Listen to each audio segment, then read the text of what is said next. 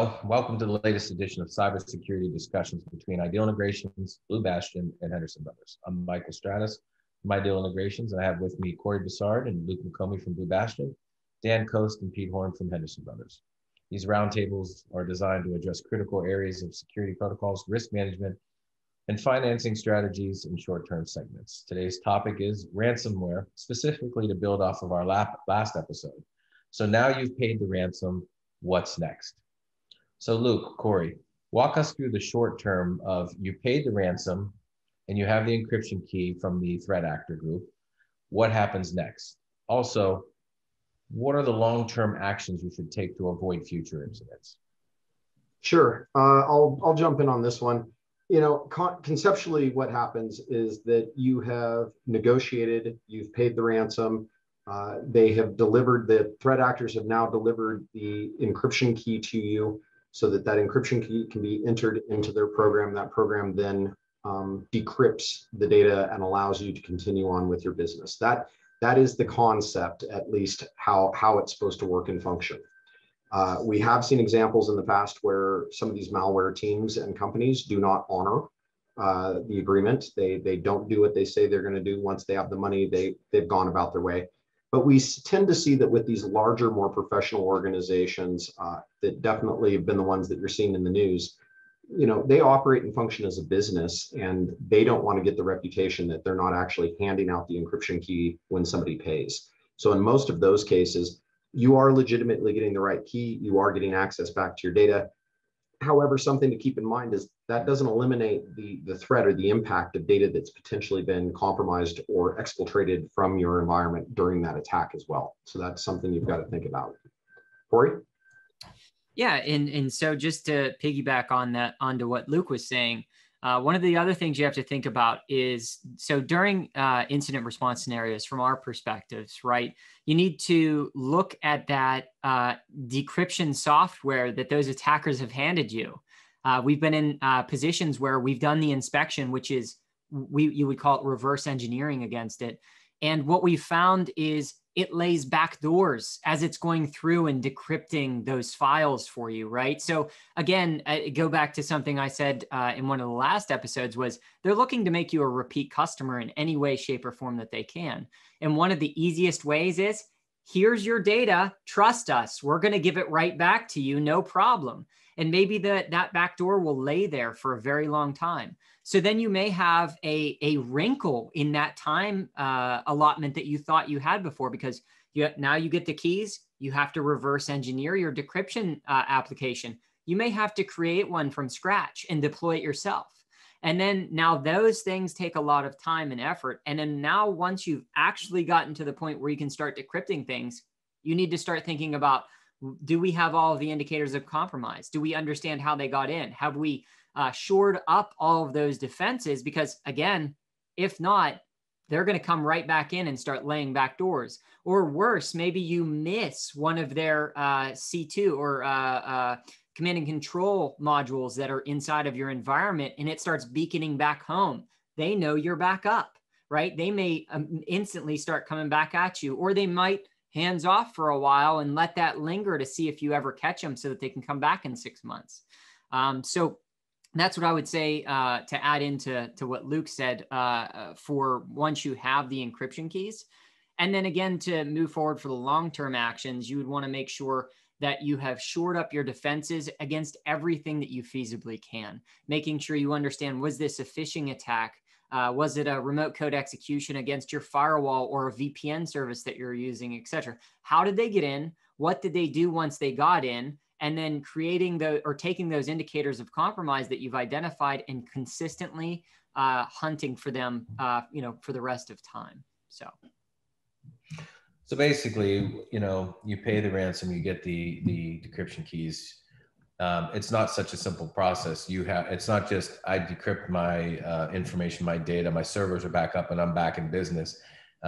There's a process after the fact or during that you have to go through. It's not so simple. And quite frankly, it shouldn't be that simple, because if it happened in the first place, that means that there's some holes, some gaps that needed to be filled. Just because it's back up and running doesn't mean they're filled. So you have to take a longer term look at your environment and what it is that you need to put in place to properly protect yourself, which we know is a layered approach to security. There has to be a lot of different things for the things that you said. So, all right, Dan, let's switch this to the other side. You've paid the ransom, and that's obviously a claim under your cyber liability insurance policy, right? So how does that change things from an organization with underwriting and buying a policy moving forward? Well, we've talked in previous episodes about all of the changes that have been happening in the cyber insurance marketplace. And, over a 12-month period, we've seen some dramatic shifts in the underwriting process, pricing, terms and conditions. So now we've had a breach. Well, what does that tell us about, our infrastructure and our cyber posture? Well, how much of a ransom was paid? What are our protocols? What are our processes that were in place at that time that allowed that to happen, right? And what have we done since then to mitigate that risk? I can tell you with certainty that your cyber insurance renewal is going to look a whole lot different than it did 12 months prior when you have that payment of ransom and that breach. We've seen situations where premiums have more than doubled with much less coverage in terms and conditions. So there's a lot of implications that this could have, and specifically on your industry. If you are in the software industry, if you're in fintech or something of that nature, just the general underwriting of that alone is challenging. And if you layer a breach on top of that, coverage is going to be very challenging to place. So there's a lot of implications here from these attacks.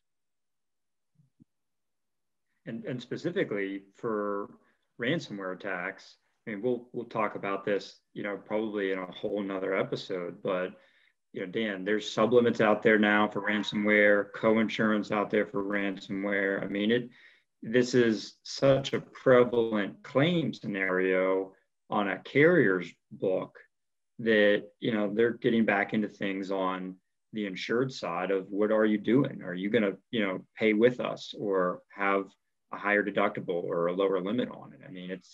Yeah, and I definitely stress the industry class that you're in because that has implications on larger systemic claims versus more isolated claims for just your business, right? If you're a software company that has, thousands of customers out there that, we could have a very large systemic event versus, a four-wall manufacturer that's making widgets. So there's a lot of differences that come into that underwriting as well.